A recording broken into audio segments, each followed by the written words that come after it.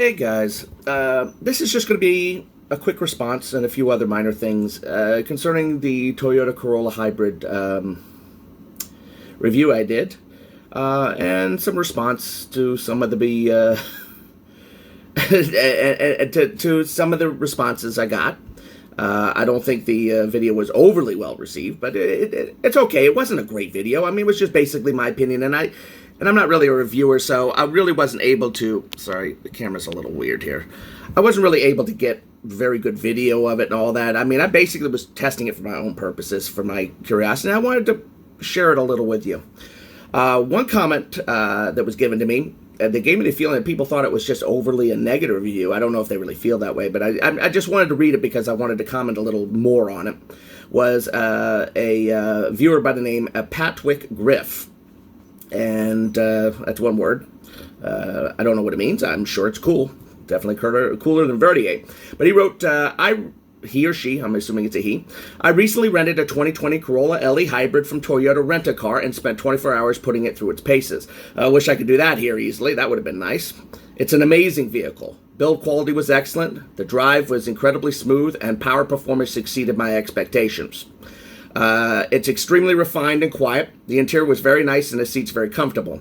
Toyota makes the best, most reliable hybrid electric vehicle system in the world. The Corolla Hybrid will be my next car, and I applaud Toyota for putting out another well-engineered, excellent vehicle. Definitely someone who was very happy with this car.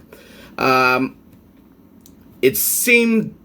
I put up a response that says, thanks for letting others on the channel know about your experiences with the Toyota Hybrid. It's always good to hear varying opinions and ideas so people can make informed choices. 2 questions: have you tried the Insight, and was there anything about the Corolla that you weren't impressed with? And he said he test-driven the Insight and it was fine. I've owned several Hondas over the years and always had issues with rattles and buzzing sounds in the interior. Nothing particular stands out in regards to any negatives of the Corolla Hybrid. So I guess someone who's had that much more time is going to have a better idea of what's going on with it. I would like to point out a few things that he did say. Build quality was excellent. He's right about the rattles and buzzes. I haven't noticed too many rattles and buzzes in my Insight, in my Honda. However, once I was fooling around with the radio, or even playing the radio loud, there is a lot of buzzing. There was a lot of buzzes and rattles. Something the Toyota Corolla did not have, which I applaud Toyota heavily on, and he is definitely right about that. I don't know about extremely refined. Wait, this guy really liked this car. It is quiet, and in my opinion, quieter than the Insight.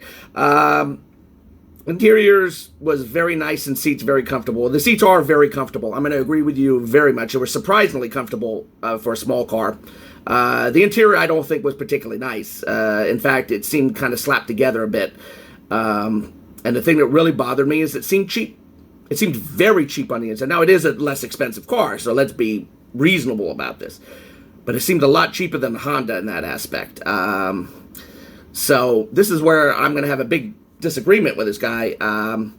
And the best, most reliable hybrid electric vehicle system in the world, I'm sure that's pretty reasonable say. The Honda system is pretty new right now, so we don't know how it is as far as reliability. And Toyota makes fantastic cars. They've made some stinkers too, and they've made stinker engines in the hybrids, including the Prius in the past. The one thing that really bothered me about the Corolla was the price. I think almost 25 grand is way too expensive for this car. And people are going to say, yeah, you can negotiate. Yeah, you can. But when I was looking at Toyotas before for purchase at the time, there was too much, Toyotas are fantastic, they last forever. We're not negotiating mentality. Or the negotiation was so minimal, it was a waste of my freaking time. And it's something that really bugged me about trying to buy a Toyota. Someone else also had asked me about the brakes. The brakes seemed fine.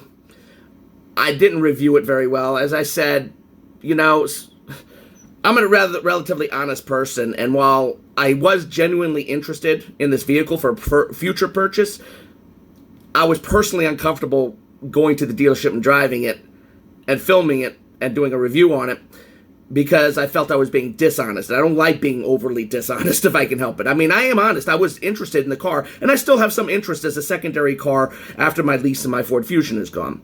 But, you know, I don't like being dishonest if I can help it, and I felt very uncomfortable. And so I wasn't able to get the kind of review or opinions that I thought. The brakes were fine.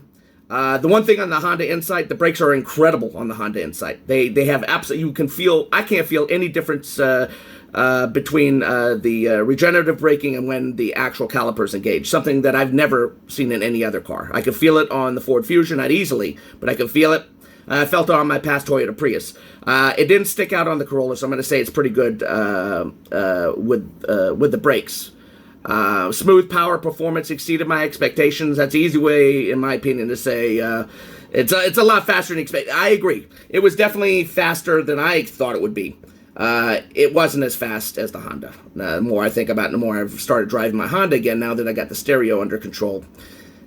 It was not even close. The Honda is a lot more fun to drive. The Corolla is a lot smoother and quieter, but it's not fun to drive. It's a good car. I do recommend it.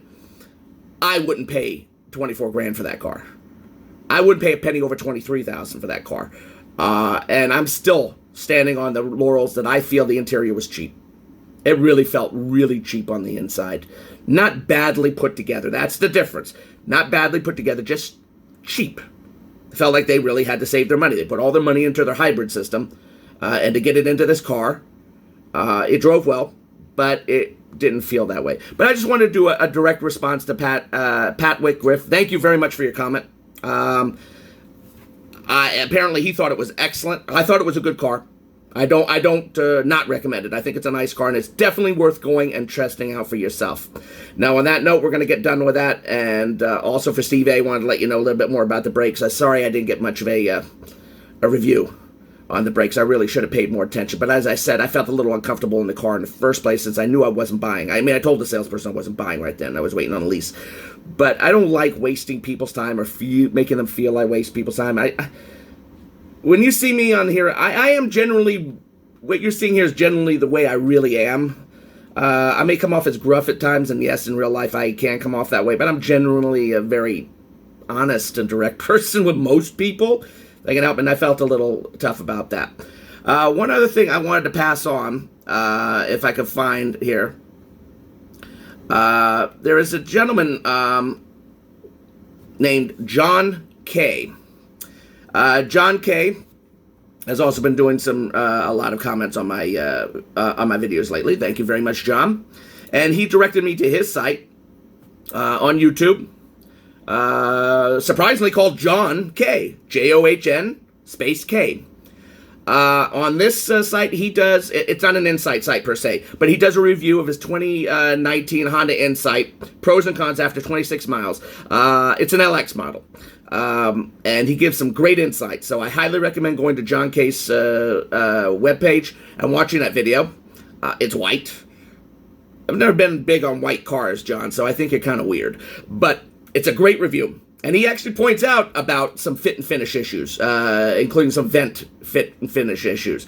So Honda does have some fit and finish issues, and they have a lot of panel gap issues on this car. Of course, it was the first generation of this third gen, so you're going to see a lot of weird things. You're a bit of a guinea pig when we do this, but there are some fit and finish issues that I didn't notice in the Toyota. So I think Toyota definitely has better fit and finish when it comes straight down to it.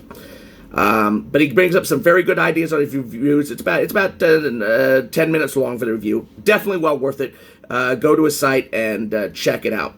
That's basically the end of this video. It's a stupid video. Just something I want to stick out real quick as a response to some of the people who might have not liked what I said about the Corolla. Nobody was nasty or anything. Everyone was very nice. But that particular review response was very interesting to me, especially since he said he tried it, was fine, but apparently the Insight didn't do anything for him, which is fine.